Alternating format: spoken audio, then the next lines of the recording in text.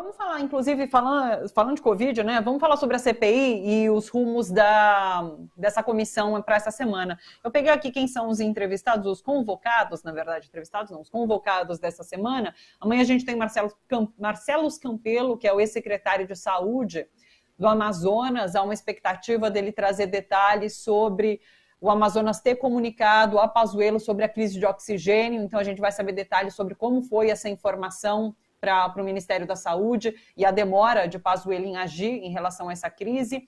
Depois tem o Wilson Witzel, ex-governador do Rio de Janeiro, uma expectativa também dele atirar contra o governo Bolsonaro, já que ele se tornou um desafeto, né, de Bolsonaro e da família toda, a família, inclusive, que tem uma grande influência ali no estado do Rio de Janeiro, então pode ser que a relação dos filhos dele também venha à tona durante esse depoimento. Carlos Wizard, na quinta-feira, foi convocado, mas não respondeu, né? Daí o Omar Aziz, presidente da comissão, inclusive disse que ele pode ser levado coercitivamente a depor, mas parece que ele está nos Estados Unidos, então a gente vai saber mais detalhes aí nos próximos dias em relação ao Wizard, que faria parte desse gabinete paralelo da saúde, que tem tocado essas políticas públicas para o combate à Covid. E daí, na sexta-feira, eu achei interessante, porque tem 2 médicos convocados, Ricardo Dimas Zimmermann e o Francisco Eduardo Cardoso Alves, que são cloroquiners, são esses defensores da cloroquina, da azitromicina, cloroquina, e daí vão ouvi-los, né, para saber sobre esses medicamentos que já não têm eficácia nenhuma comprovada, mas eles continuam defendendo e receitando. O que a gente pode esperar? O que você tem como expectativa para essa semana na CPI, Leandro? Thalita, a CPI entrou numa fase mais interessante agora. Esses depoimentos, em relação aos depoimentos, assim, eu tenho expectativas, mas assim, a partir da minha experiência com os outros depoimentos, eu acho que não vão gerar mais perfumaria. Vão ser mais importantes para manter a dinâmica de depoimentos mesmo. Mas o que está acontecendo de importante na CPI foi que houve autorização de quebra de sigilo de 19 pessoas, sigilo telemático e telefônico. Isso inclui o general Eduardo Pazuello, a capitã cloroquina Mayra Pinheiro, a doutora Tamagotchi, não, como é? Yamaguchi. Tamagotchi é o brinquedinho, né? A Nise Yamaguchi e outras figuras ligadas ao tal do gabinete paralelo que foi identificado. Cada um deles foi identificado. Esse é o grande lance da CPI, porque agora você vai começar a produzir materialidade. Por enquanto você produzia só informação, depoimentos, disse que disse, fofoca, falou que não falou. Agora não, você vai começar a produzir documento, materialidade. Você vai quebrar o sigilo telefônico e telemático de redes sociais do general Pazuello e vai descobrir o que ele conversava com a capitã cloroquina, o que ela falava com a doutora Anise, o que eles conversavam com o gabinete paralelo. Então, aí agora você vai ser exatamente como a vaza-jato da Lava Jato, né, que foi fundamental para a gente primeiro entender como aquela organização criminosa funcionava e depois para poder gerar uma pressão que vai levar essas pessoas a serem responsabilizadas. Então a gente vai estar materializando isso. Isso é muito importante. O governador Carlos Witzel, ele tem tudo para ser uma bomba dentro da CPI. A questão é o seguinte: ele, mais do que ninguém, sabe o poder das milícias no Rio de Janeiro. Eu tenho a impressão que se ele falar demais, vão matá-lo. Vão matá-lo. Ele foi eleito governador com o apoio das milícias, dentro do bolsonarismo, era um cara do Bolsonaro, é um fascista da pior qualidade. Foi caçado porque foi pego roubando. E dentro uma velha tradição da direita brasileira, Thalita, de que você só é ladrão se for pego roubando. Né? Só é ladrão quem é pego roubando. Você pode ser ladrão, deve ser ladrão, continuar ladrão, gerar ladrões e fazer a ladruagem funcionar. Só que se você for pego, aí você vira ladrão. Então eles rapidamente se livraram desse cara, e esse cara deve estar muito magoado.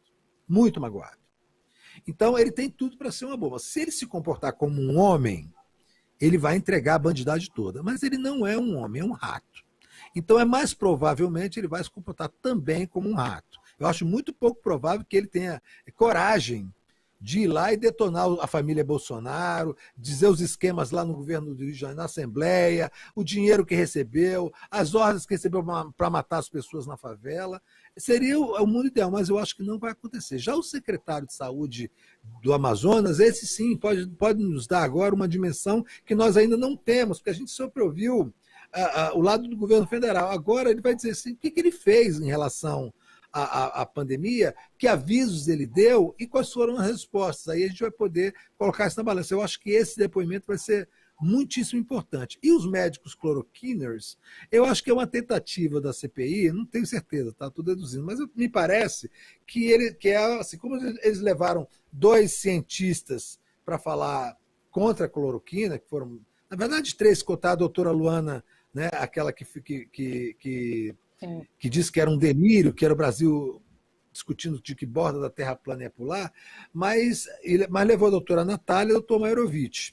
Né? O doutor Mairovitch é médico e a doutora Natália é microbiologista, e que deram aquele show, aquele espetáculo sobre cloroquina e negacionismo. Então eles devem estar levando essas 2 pessoas para fazer o contraponto, a contraposição. Embora eu acho que essas pessoas vão para lá, vão ficar muito envergonhadas, porque já não há mais nenhuma dúvida de que a cloroquina e a ivermectina são coisas que só esses dementes aqui no Brasil ainda discutem, porque isso já é um ponto pacífico na Organização Mundial de Saúde e nos países civilizados, que esses medicamentos não servem para absolutamente nada no que diz respeito à Covid.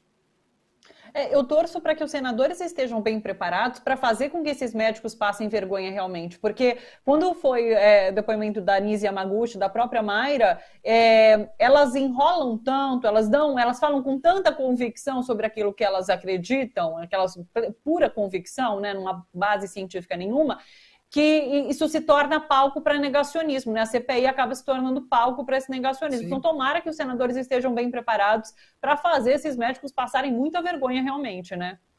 Pois é, eu espero que sim também. Porque assim, não há mais dúvida, né, Thay? Eu acho que não sei. Sim. O senso comum, na verdade, já é de que cloroquina não serve para nada. Agora, a questão, Thalita, é que tanto Bolsonaro como todos que fizeram lobby da cloroquina têm que continuar fazendo.